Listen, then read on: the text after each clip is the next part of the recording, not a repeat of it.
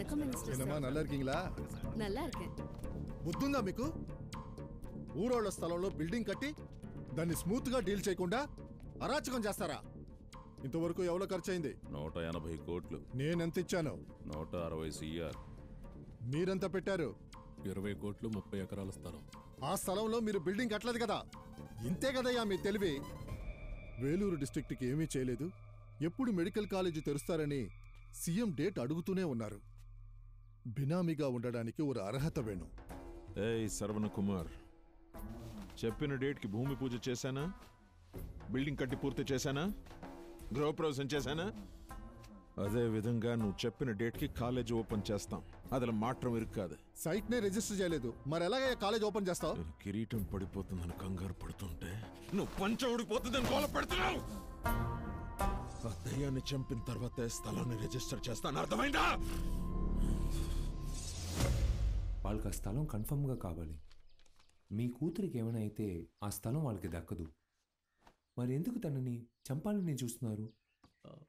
నేను ఊరెళ్ళాక ఏం జరిగింది నాన్న? మల్లిక చదువు ఖర్చుల కోసం మిట్టపాలెంలో ఒకరి దగ్గర 3 లక్షలు అప్పు తీసుకున్నాను. దానికోసం ఓ ఖాళీ స్టాంప్ పేపర్ మీద సంతకం పెట్టించాను. ఆ స్టాంప్ పేపర్ని 5 లక్షలు ఇచ్చి కొనుక్కుని అందులో రాజలింగానికి నేను ఆ స్థలాన్ని 30 లక్షలకు అమ్మినట్టు 25,000 అడ్వాన్స్ తీసుకున్నట్టు టైప్ చేసి తిరుతని పోలీస్ స్టేషన్లో కంప్లైంట్ ఇచ్చాను. ఈ సంతకం నీదే కదా? అప్పు బ్యాలెన్స్ అమౌంట్ తీసుకొని సైట్ని రిజిస్టర్ చేసి ఇచ్చే. ఇల్లనా చీటింగ్ కేసులో నిన్ను అరెస్ట్ చేయాల్సి వస్తుంది. సార్, నిజానికి ఆ స్థలాన్ని అమ్మే హక్కు నాకు లేదు సార్. ఈ అగ్రిమెంట్ చెల్లదు సార్. అది మీ పూర్వీకులు ఎడందానే, మరి ఎందుకే చెల్లదు అంటున్నావు? ఆ పత్రాల ప్రకారం ఆ స్థలాన్ని 6వ తరానికి చెందిన మొదటి వారసులే అమ్మగలరు. మాకు అనుభవించే హక్కు మాత్రమే ఉంది. 6వ తరమా? ఎవరే అది? నా కూతురు మల్లిక. తనకు మాత్రమే సంతకం పెట్టే హక్కు ఉంది. కొత్త కథ చెప్తున్నావేంటయ్యా? 6వ తరాన్ని లేపేస్తే 5వ తరం పెట్టిన సంతకం చెల్లుతుంది కదా. అందుకే ఇలా పగబట్టి వెంటాడుతున్నారు.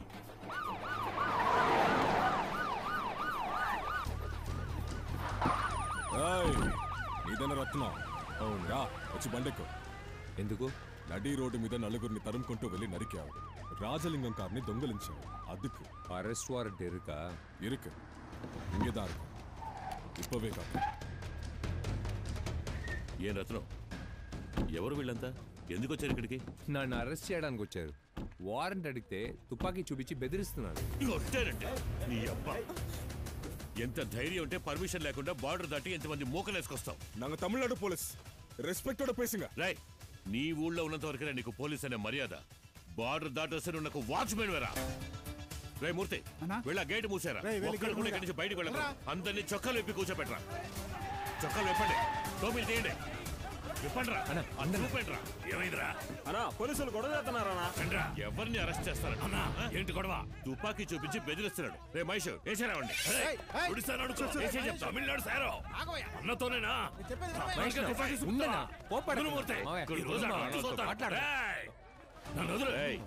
యూనిఫామ్ లేకుండా బార్డర్ దాటి అభిమానంతో నువ్వు నా ఇంటికి రా, నేను నీ ఇంటికి వస్తాను, అదేం పర్వాలేదు. కానీ యూనిఫామ్ వేసుకుని బార్డర్ దాటి డ్యూటీ చేయాలనుకుంటే ముందు కంప్లైంట్ రిజిస్టర్ చేసి ఎఫ్ఐఆర్ ఫైల్ చేసి నీ డిఎస్పీ దాన్ని ఓకే చేసి నీ ఎస్పీ దాన్ని అప్రూవ్ చేసి నువ్వు ఆ పేపర్స్ తో వెళ్ళి నగర ఇన్స్పెక్టర్తో ఇక్కడికి రావాలరా. అది వదిలేసి లోకల్ గుండాలా తుపాకీ చూపించి మమ్మల్ని బెదిరిద్దాం అనుకున్నావా? తోలు చేస్తా. ఈసారికి వదిలేస్తా. బండి మిస్ అయిందని వెతుకుంటూ వచ్చారు కదా, అదిగో అక్కడ ఉంది. మీరేం కంగారు పడకండి, ధైర్యంగా ఉండండి. నువ్వు మాకు చాలా ముఖ్యం. రత్నం నీకోసం ఏవైనా చేస్తాడు. రే రత్నం, లేరా, కుర్రాళ్ళని కూడా ఉంచు. సరే, బండి వదిలేసేస్తాను. ఇది వాళ్ళింటి సమస్య కాదురా, ఇప్పటి నుంచి ఇది మన సమస్య. రే మహేష్, ఎక్కడ తేడా కొట్టకూడదు, జాగ్రత్తగా చూసుకుంటా. వెళ్ళొస్తాను. ఓయ్ గుండు, ఆయన ఏదో కోపంలో పొడవమన్నాడు, నువ్వు పొడవడానికి వెళ్తున్నావేంటి? నువ్వు పొడిస్తే నన్నేనయ్యా సరెండర్ అవ్వమంటారా? ఈ విషయం మహేష్ కి తెలియకుండా పోయిందే. లేదు నాకు తెలియక అడుగుతున్నాను. అడుగుమూర్తి. ఈ మొహానికి మహేష్ అని ఎవరా పేరు పెట్టింది? మార్చుకోవచ్చు. ఇది ఈ మొహానికి పెట్టిన పేరు కాదు, నేను పుట్టగానే ఆ మొహానికి పెట్టిన పేరు. నువ్వు చిన్నప్పుడు వేసుకున్న షర్ట్ మార్చుకున్నావు, అలాగే చడ్డీ మార్చుకున్నావు, పాలు తాగడం మానేసి మందు కొట్టావు. ఇవన్నీ మార్చుకుంటావు కానీ పేరు మార్చుకోవా? వీటన్నిటినీ మార్చచ్చు. అమ్మా నాన్న పెట్టిన పేరు మార్చగలవరా?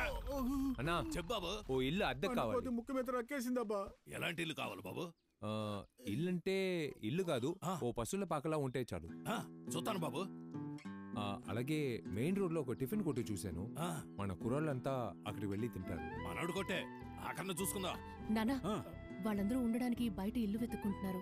మేడ మీద ఖాళీగానే కదా ఉంది. మనకి హెల్ప్ చేయడానికి వచ్చిన వాళ్ళు బయట ఉంటే బాగుంటుందా చెప్పండి. 24 గంటలు ఇంట్లో 2 మనుషులు వెపన్స్ తో. ఆ ఇద్దరులో ఒకరిని నేను. నువ్వు నాతోనే ఉండు, లేకపోతే నా పేరు పాటు చేస్తాను. నాతో మేడ మీదకి వస్తావా? చీపురు గడి చేత పట్టుకుని నన్ను మాత్రమే పిలుస్తున్నావు? మీరు బయట ఎక్కడ ఉండక్కర్లేదు, మేడ మీదే ఉండొచ్చు. రూమ్ శుభ్రం చేయాలి, వచ్చి హెల్ప్ చేస్తారా? జాలి, మీ తాత ఎవరికి తెలియకుండా ఎక్కడే దమ్ము కొడతారా? ఇది ఓకే కదన్నా? బాగానే ఉందనుకో, కానీ మాకు ఇచ్చేటప్పుడు ఆలోచించి ఇవ్వు. దెయ్యాన్ని తీసుకొచ్చి ఎంత మంచి బెడ్రూమ్ ఇచ్చి పడుకోమన్నా అది తలుపులు తెరుచుకొని తిన్నగా వెళ్ళి శ్మశానంలోనే పడుకుంటుందట. అంతలా ఏం చేస్తారు? 8ంటికి క్వార్టర్ ఓపెన్ చేస్తాం, 9ంటికి హాఫ్ ఓపెన్ చేస్తాం, 10 దాటాక ఫుల్ గా తాగి వాంతులు చేసుకుంటాం. అడగడానికి వస్తే మీ బాబు తల మీద కూడా కక్కుతాం. ఏం బ్రాండ్ తాగుతారు?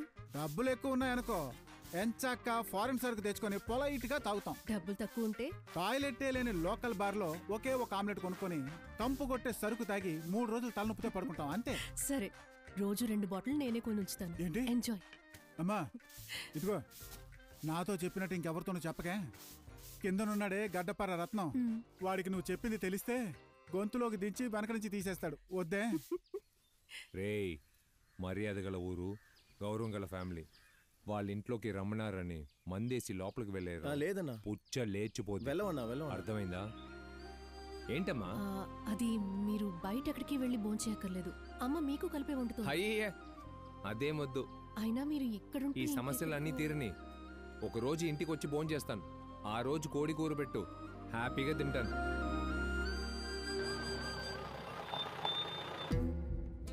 పోలీసోడి చొక్కా తీయించి తరిమి కొట్టాడు. మీ తుపాకులను మీరు ముక్కలు దోపుకున్నారా? మేము వాడిని మార్క్ చేసి ఉంచాం. తమిళనాడు బార్డర్లోకి రాగానే ఎప్పటికొస్తాడు వాడు? వెంటనే వాడి మీద 4 కంప్లైంట్ ఇచ్చేలా చేసి ప్రాపర్ గా వాడిని అరెస్ట్ చేయండి. వెళ్ళండి. ఒకవేళ అరెస్ట్ వారెంట్ తీసుకున్నా 4 రోజుల్లో బెయిల్లో తీసుకొచ్చేస్తారన్నా. వెళ్ళండి. Okay sir. అరెస్ట్ వారెంట్ తీసుకోమన్నది అరెస్ట్ చేయడానికి కాదు, వాడిని తరిమేయడానికి. వాడిని తరిమేస్తేనే దాన్ని చేరుకోగలం. ఒకే ఒక్కసారి వాడిని పిలిచి పంచాయతీ పెట్టి చూద్దామన్నా. అర్థం కాలేదు. వాడు చిత్తూరు ఎమ్మెల్యే పన్నీరు తాలూకని ఇప్పుడేగా తెలిసింది. పన్నీరు పంచాయతీలకి పెట్టింది పేరు. అర్థం కాలేదు. మన పరిస్థితి తెలుసుకొని పెద్ద అమౌంట్ గుంజడానికి ప్లాన్ చేస్తున్నారన్నా. అర్థం కాలేదు. పన్నీరుని పిలిచి డీల్ మాట్లాడితే ఈజీగా పని అయిపోద్దన్నా. వాడు మామూలుడు కాదు, వాడి దగ్గరికి వెళ్తే కాలేజీకి ఓ అమౌంట్ ఇమ్మంటాడు, లాభంలోనూ షేర్ అడుగుతాడు. అయితే పోనీ రత్నాన్ని పిలిచి మాట్లాడదాం, చిన్న అమౌంట్తో పని అయిపోద్ది. ఇప్పుడు అర్థమైంది.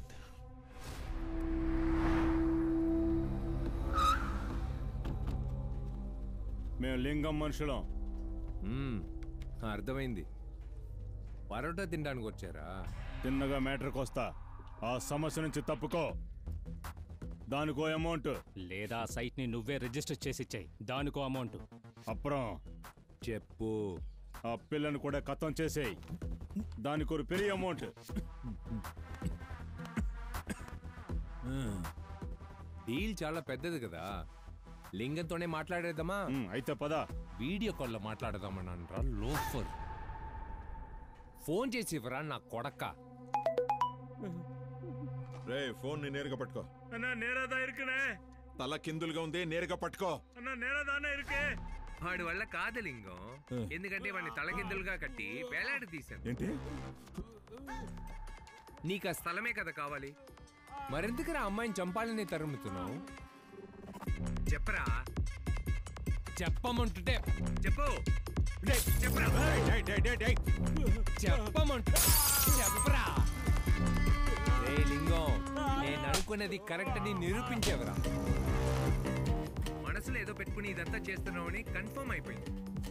ఎర్రరే డబ్బు కోసం పీ తింటాను అనుకున్నావరా?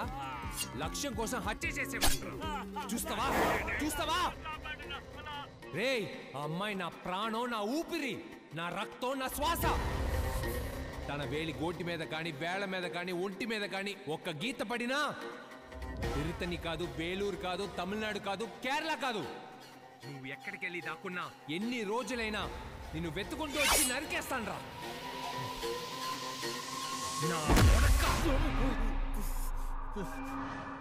యార్రా యార్డైవా తెలియలే. వీడికెందుకని ఇంత కోపం వస్తుంది కదా? అక్క, ఈ ఊరగాని కనిపెట్టింది ఎవరక్క? అది నేను చెప్తానురా. ఆ కాలంలో ఒకడికి కల్తీసారా నాకి తాగడానికి మంచింగ్ లేదట. వాడు కోపంతో కనిపెట్టిందే ఈ పుల్ల పంచామృతం ఊరగాయ. ఆ ఒకడో దీని మొగుడే. అవును, ఎవరో తెలియని నాకు రత్నం ఎందుకు ఇంత హెల్ప్ చేస్తున్నారు? నిన్నైనా ఓ 2 సార్లు చూశాడు. నీకు సమస్య అనగానే దిగిపోయాడు. సంబంధం లేని వాళ్ళ కోసం కూడా కత్తులు కటార్లు పట్టుకుని వెళ్ళిపోతాడు. అమ్మా, పన్నీర్ అన్న భార్య ఒక గుడికి వెళ్తారు. ఆ గుడి పూజారి కూతుర్ని ఎన్నూరు కుర్రాళ్ళు ఎత్తుకెళ్ళిపోయారు.